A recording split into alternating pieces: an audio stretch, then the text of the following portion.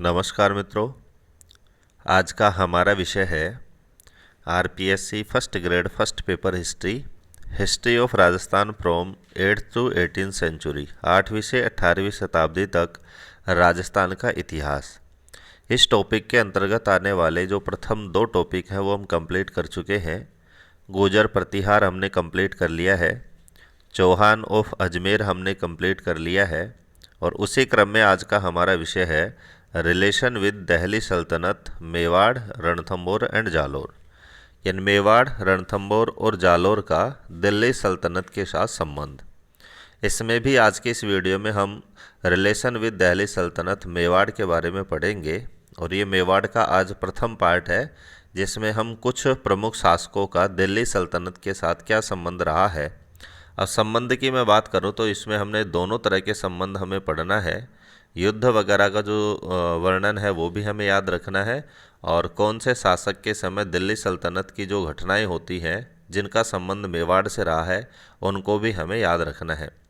किस तरह के प्रश्न आएंगे और क्या क्या हमें याद रखना है वो आज के इस वीडियो को देखने के बाद आपको पता चल जाएगा कि हमें कौन सी प्रमुख बातों को याद रखना है, ताकि ये जो हमारा टॉपिक है मेवाड़, रणथंभौर और जालोर के साथ दिल्ली सल्तनत का संबंध वो कवर हो जाए।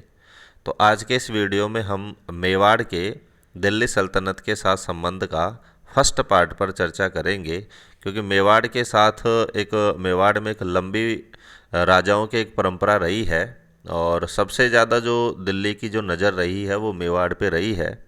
इसका भी कारण मैं आपको आगे चर्चा करूँगा कि मेवाड़ पर दिल्ली सल्तनत की हमेशा से नज़र क्यों रही है।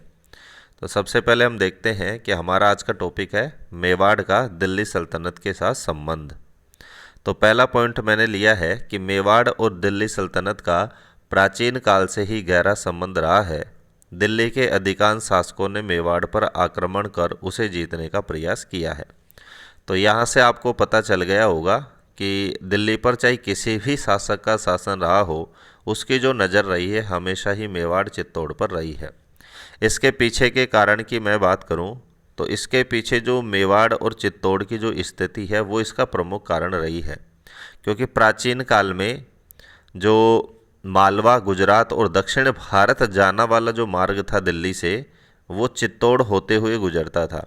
तो इसी वजह से सामरिक दृष्टि से और भौगोलिक स्थिति से दिल्ली के शासकों के लिए चित्तौड़ का बहुत ही महत्व था, क्योंकि जब तक चित्तौड़ का रास्ता क्लियर नहीं होगा, मेवाड़ रियासत से जाने का रास्ता क्लियर नहीं होगा, तब तक वो गुजरात, मालवा या दक्षिण भारत में आसानी से जा नहीं सकते थे।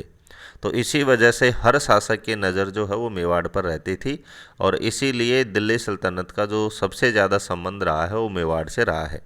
तो पहला पॉइंट जो मैंने लिया है वो आपको समझाने के लिए लिया है कि हमें किन चीज़ों को ध्यान में रखना है, क्या क्या चीज़ें हमें याद रखनी है। तो दूसरा पॉइंट है कि मेवाड़ के प्रमुख शासक जिनका दिल्ली सल्तनत के साथ संबंध और संघर्ष रहा है। तो सबसे पहले हम देखते हैं जैत्र सिंह।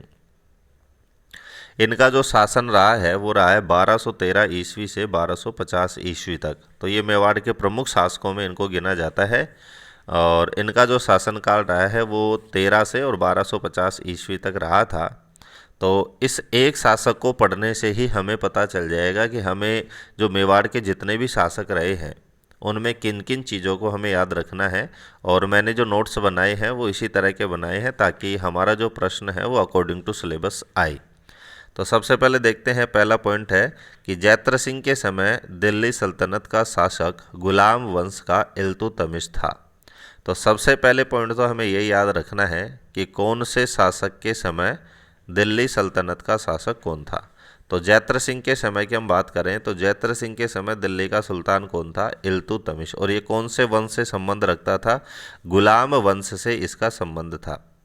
दूसरा पॉइंट हम देखते हैं, तो नेक्स्ट पॉइंट में लिखा है कि इल्तुतमिश और जैत्र सिंह के मध्य 1227 ईस्वी में भूताला का युद्ध लड़ा गया, जिसमें जैत्र सिंह विजयी हुआ। और ये जो जानकारी है वो हमें जय सिंह सूरी के द्वारा रचित हमीर मदमर्दन नामक रचना से हमें जानकारी मिलती है। तो दूसरी चीज़ हमें जो याद रखनी है वो यही याद रखनी है कि कौन से दिल्ली के शासक के साथ मेवाड़ के कौन से शासक से युद्ध हुआ, कौन सी जगह हुआ और किस में उसकी विजय होती है। यानी दिल्ली की विजय होती है या फिर मेवाड़ रियासत की विजय होती है। तो जैसे दूसरे पॉइंट से आपको समझने का प्रयास करना चाहिए कि इल्तुतमिश और जैत्र सिंह के मध्य कौन से स्थान पर या कौन सा युद्ध लड़ा गया, तो यहाँ से हमारा आंसर हो जाएगा भूताला का युद्ध। और ये कब लड़ा गया था? 1227 ईस्वी में। दूसरे तरीके से यदि प्रश्न पूछे तो यहाँ से प्रश्न बनता है कि भूताला का युद्ध किन किन के मध्य लड़ा गया, तो भी हमें जो हमारा जो मेल है वो अच्छी तरह से याद रखना है, इल्तुतमिश और जैत्र सिंह। नेक्स्ट जो प्रश्न पूछने की प्रकृति है वो इस तरह से आ सकती है कि एक तरफ आ सकता है शासक का नाम 4 और एक तरफ युद्धों के नाम, और ये पूछ सकता है निम्न में से कौन सा सुमेलित नहीं है। तो 3 ऐसे होंगे जो शासक और युद्ध का मेल सही होगा, और चौथा उनमें से कोई सा भी एक ऐसा होगा जो युद्ध के साथ शासक का सही मेल नहीं होगा, उसको हमें वहाँ से आंसर के रूप में चयन करना है। तो यहाँ से कौन सा प्रश्न बन रहा है वो मैंने आपको बता दिया कि यहाँ से भूताला के युद्ध से रिलेटेड प्रश्न यहाँ से बनता है। नेक्स्ट पॉइंट है कि इल्तुतमिश के बार बार आक्रमण करने से नागदा पूरी तरह क्षतिग्रस्त हो जाने के कारण जैत्र सिंह ने चित्तौड़ को अपनी नई राजधानी बनाया।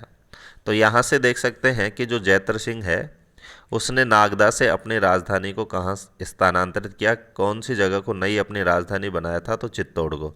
तो इसके पीछे भी क्या कारण है, तो जो गुलाम वंश का शासक था इल्तुतमिश, उसने बार बार मेवाड़ पर आक्रमण किया था, नागदा पर आक्रमण किया था, और इसी वजह से जो नागदा है पूरी तरह से क्षतिग्रस्त हो जाने के कारण ही जैत्र सिंह ने चित्तौड़ को अपनी नई राजधानी बनाया। तो इस पॉइंट को मैंने इसीलिए लिया है क्योंकि इसके पीछे भी दिल्ली सल्तनत की जो बात है वो जुड़ी हुई है। नेक्स्ट हमारा पॉइंट है 1248 ईस्वी में दिल्ली के सुल्तान नसीरुद्दीन महमूद ने मेवाड़ पर आक्रमण किया लेकिन असफल रहा। तो जैत्र सिंह के समय, जैसे हमने ऊपर शासक को पढ़ा था कि जैत्र सिंह के समय दिल्ली का शासक इल्तुतमिश था, तो उसी तरह हमें जो मुख्य सन के साथ जो राजा रहे हैं दिल्ली में, उनका मेवाड़ पर कब कब आक्रमण हुआ और उस समय वहाँ का शासक कौन था, ये सारी चीज़ें हमें याद रखनी है। तो 1248 ईस्वी की इसी क्रम में हम बात करते हैं। तो 1248 ईस्वी में मेवाड़ पर दिल्ली के कौन से सुल्तान ने आक्रमण किया था, तो उस समय दिल्ली का शासक था नसीरुद्दीन महमूद, और इसने मेवाड़ पर आक्रमण किया लेकिन असफल रहा। असफल रहने के कारण इसका ये जो आक्रमण है वो सफल नहीं हुआ। जिस उद्देश्य के लिए इसने मेवाड़ पर आक्रमण किया था उस उद्देश्य में ये सफल नहीं हो सका। नेक्स्ट हमारा पॉइंट है कि दिल्ली के गुलाम सुल्तानों के समय मेवाड़ के राजाओं में जैत्र सिंह सबसे प्रतापी व बलवान राजा हुआ। तो डॉक्टर ओझा, तो इतिहासकार डॉक्टर ओझा ने जैत्र सिंह के बारे में लिखा है क्योंकि 1250 तक इसका शासन रहा था और इसने 2 सुल्तानों का समय देखा था। नसरुद्दीन महमूद का समय भी इनने देखा था। तो दिल्ली में 2 शासकों का इन्होंने मुकाबला किया था। इसलिए डॉक्टर ओझा ने कहा है कि दिल्ली के गुलाम सुल्तान, तो उस समय यहाँ से आपको प्रश्न पूछा जाए कि जैत्र सिंह के समय दिल्ली पर कौन से वंश का शासक था, तो गुलाम वंश का वहाँ पर शासन था। इसलिए डॉक्टर ओझा ने कहा है कि दिल्ली के गुलाम सुल्तानों के समय मेवाड़ के राजाओं में जैत्र सिंह सबसे प्रतापी व बलवान राजा हुआ है। तो ये कहावत देख करके, ये वाक्य देख करके और आपसे पूछ सकता है कि ये किसने कहा, तो आपको आंसर देना है डॉक्टर ओझा ने, या फिर वाक्य देख करके और डॉक्टर ओझा लिख करके पूछ सकता है कि कौन से मेवाड़ शासक के बारे में कहा, तो हमें आंसर देना है जैत्र सिंह। डॉक्टर दशरथ शर्मा के अनुसार जैत्र सिंह के काल को मध्यकालीन मेवाड़ का स्वर्ण काल कहा गया है।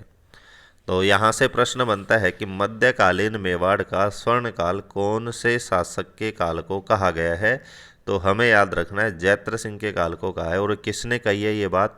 डॉक्टर दशरथ शर्मा ने। क्यों कही है? क्योंकि ऊपर जो बात थी कि दिल्ली सल्तनत के साथ अनेक बार इनका संघर्ष हुआ, लेकिन जो दिल्ली सल्तनत के शासक है वो मेवाड़ को जीतने में असफल रहते हैं। तो इस तरह से आपको जैत्र सिंह पढ़ने से क्लियर हो गया होगा कि हम केवल उन्हीं बातों को पढ़ेंगे जिनका संबंध दिल्ली से रहा है। अब जैसे दूसरे नंबर के हमारे शासक हैं तेज सिंह, 1250 यानी जैत्र सिंह के बाद 1273 तक, 1250 से और 1273 ईस्वी तक इनका शासन रहा था और ये जैत्र सिंह के पुत्र थे। जो अभी हमने पढ़ा है उनके ये पुत्र थे।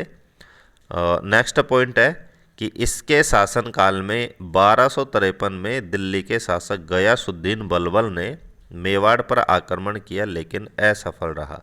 तो यहाँ से आप देख सकते हैं कि हमारा दूसरा जो प्रमुख शासक है वो है तेज सिंह, और तेज सिंह को भी मैंने अपने इस वीडियो में इसीलिए लिया है क्योंकि इनके समय भी दिल्ली का जो शासक था जिसका नाम था गयासुद्दीन बलबल, उसने आक्रमण किया था। कब किया था? 1253 में।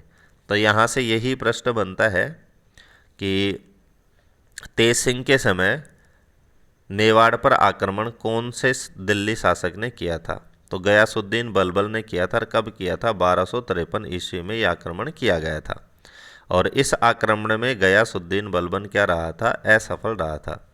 उपाधियों की बात करें तो तेज सिंह ने परम भट्टारक, महाराजाधिराज और परमेश्वर की उपाधि ग्रहण करी थी। तो यहाँ से देख सकते हैं कि तेज सिंह में मैंने 2 ही पॉइंट लिए हैं। क्यों लिए हैं? क्योंकि दिल्ली सल्तनत की यदि हम चर्चा करें तो केवल एक ही पॉइंट आता है जिसमें इनका दिल्ली के साथ संघर्ष दिखाई देता है, संबंध दिखाई देता है। नेक्स्ट हमारे मेवाड़ के शासक हैं समर सिंह। इनका समय रहा है 1273 से 1301 ईस्वी तक। ये तेज सिंह के पुत्र थे।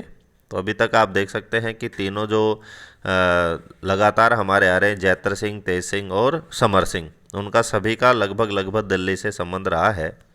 तो नेक्स्ट पॉइंट में है कि समर सिंह के समय 1296 ईस्वी में दिल्ली का शासक अलाउद्दीन खिलजी बना।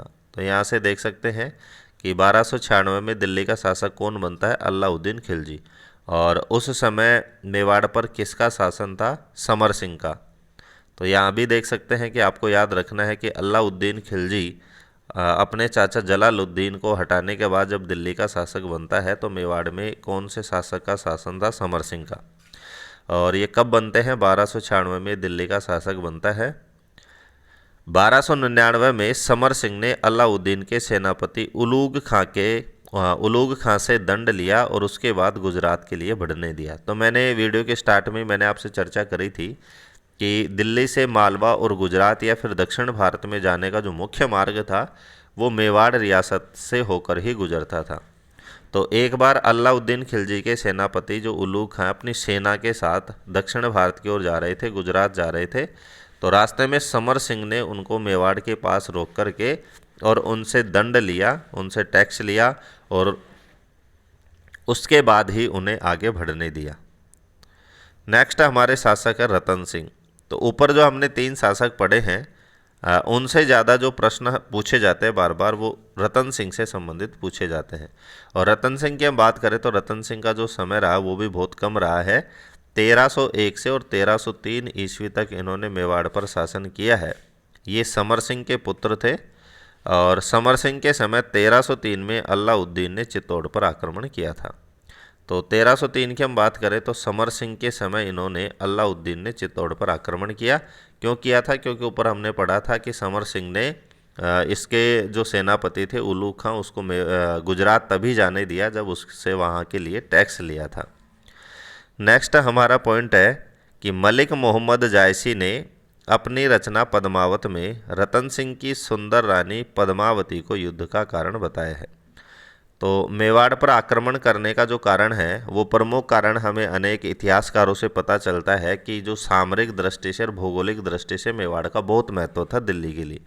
लेकिन एक रचना है पद्मावत और इसकी जो रचना की थी वो की थी मलिक मोहम्मद जायसी ने। तो इस रचना में बताया गया है कि रावल रतन सिंह की पत्नी जो थी जिनका नाम पद्मावती था वो बहुत सुंदर थी और उसको जो अलाउद्दीन खिलजी वो प्राप्त करना चाहता था, इसी वजह से उसने चित्तौड़ पर आक्रमण किया था। तो मलिक मोहम्मद जायसी ने पद्मावत में युद्ध का क्या कारण बताया है? तो रावल रतन सिंह की सुंदर रानी पद्मावती को कारण बताया है। नेक्स्ट पॉइंट है कि इस युद्ध में अलाउद्दीन के साथ प्रसिद्ध लेखक अमीर खुसरो भी उपस्थित था और खुसरो ने इस युद्ध का वर्णन अपनी रचना खजाइनुल फुतूह में किया है। तो इस पॉइंट से हमारे 2-3 प्रश्न कवर हो रहे हैं। पहला कवर है कि अलाउद्दीन खिलजी के साथ जब उसने चित्तौड़ पर आक्रमण किया था तो कौन से मुस्लिम लेखक उसके साथ थे? तो पहला हमारा आंसर हो जाएगा अमीर खुसरो। दूसरा हमारा प्रश्न बनता है कि अमीर खुसरो ने कौन सी रचना में चित्तौड़ पर आक्रमण का जो वर्णन है वो किया है, तो हमारा आंसर हो जाएगा खजाइनुल फुतूह। तीसरा हमारा प्रश्न बनता है कि खजाइनुल फुतूह किसकी रचना है, तो हमारा आंसर हो जाएगा अमीर खुसरो। नेक्स्ट हमारा पॉइंट है कि 1600 महिलाओं ने पद्मनी के साथ जौहर किया। तो जैसे ही चित्तौड़ पर अलाउद्दीन खिलजी आक्रमण करता है और रावल रतन सिंह की हार होती है, तो उसी समय जो पद्मिनी थी उसने 1600 राजपूत महिलाओं के साथ जौहर किया। रतन सिंह के सेनापति गोरा और बादल लड़ते हुए वीर गति को प्राप्त हुए। तो अलाउद्दीन खिलजी की सेना के साथ सब युद्ध हुआ, तो रावल रतन सिंह के प्रसिद्ध जो सेना नायक थे, जिनका इतिहास में बड़े गर्व के साथ नाम लिया जाता है, गोरा और बादल, दोनों लड़ते हुए वीर गति को प्राप्त हो गए थे। नेक्स्ट हमारा पॉइंट है कि चित्तौड़ का प्रथम साका था और राजस्थान का ये दूसरा साका था और राजस्थान का प्रथम सबसे बड़ा साका था। बहुत ही इंपॉर्टेंट पॉइंट है कि चित्तौड़ का प्रथम साका कब हुआ था, तो 1303 में प्रथम साका हुआ था। और उस समय वहाँ के शासक कौन थे, रावल रतन सिंह, और दिल्ली के शासक कौन थे, अलाउद्दीन खिलजी।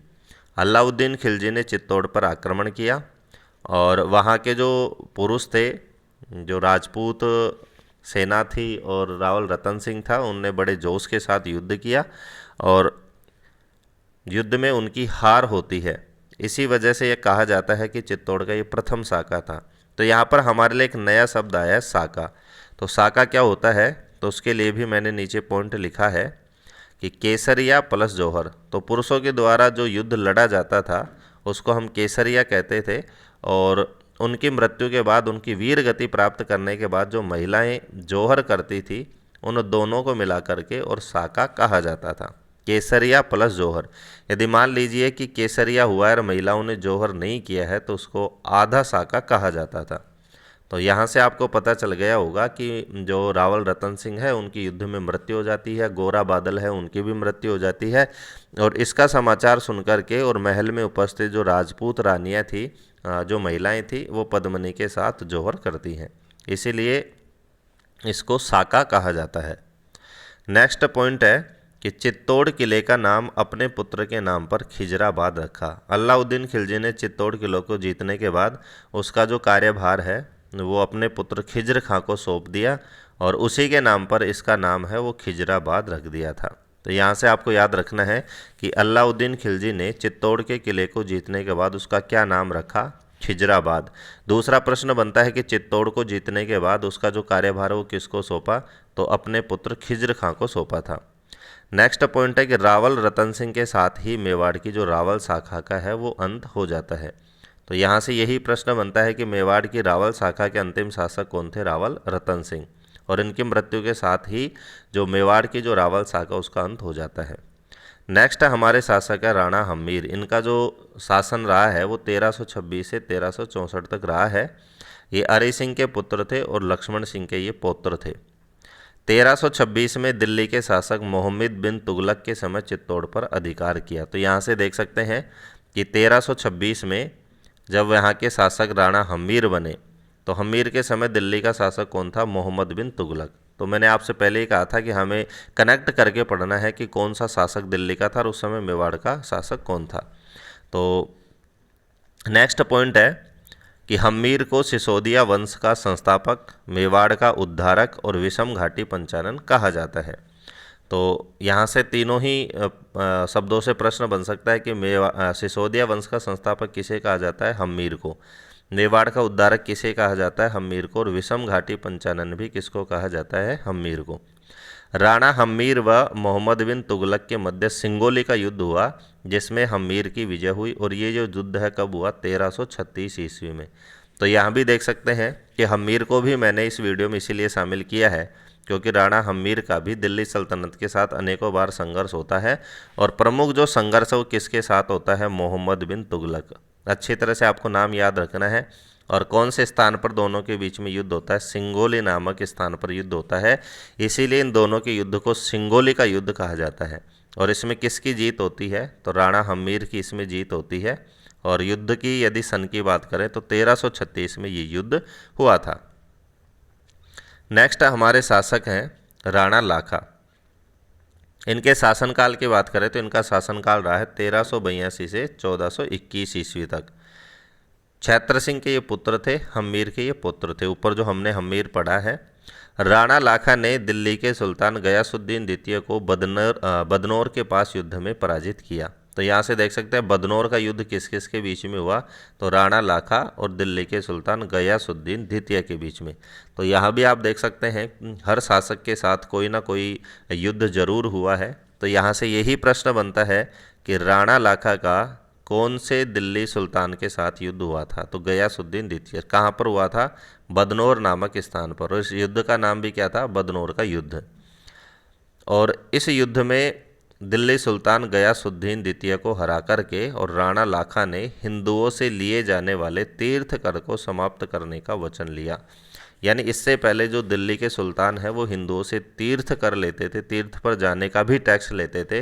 तो राणा लाखा ने ये प्रतिज्ञा की उसको युद्ध में हराने के बाद कि मैं ये जो टैक्स लिया जाता है इसको समाप्त करके ही दम लूँगा, ये उसने वचन दिया था। तो आज के वीडियो में इतना ही। आगे हमारे जो शासक आएंगे वो प्रमुख शासक आएंगे। आज का वीडियो जो था वो परिचयात्मक वीडियो के रूप में मैंने आपको दिया है कि यहाँ पर जो छोटी छोटी घटनाएं हैं किस तरह से दिल्ली सुल्तानों के साथ और मेवाड़ के राजाओं के साथ ये संघर्ष होता रहता है। धीरे धीरे उसको आगे जाकर के एक बड़ा रूप मिलता है जिसमें हम पढ़ेंगे जैसे महाराणा प्रताप है, राणा सांगा है, उसके समय जो दिल्ली सल्तनत पे है, जैसे बाबर है, अकबर है, हुमायूं, उनके समय ज़्यादा जो लड़ाइयाँ होती है, संघर्ष होता है, उनको हमें प्रमुखता से देखना है। और उसी चीज़ को हम इसके सेकंड पार्ट में हम इसको मेवाड़ वाला जो चैप्टर हम कंप्लीट कर लेंगे। तो आज के वीडियो के लिए इतना ही। वीडियो को लास्ट तक देखने के लिए धन्यवाद।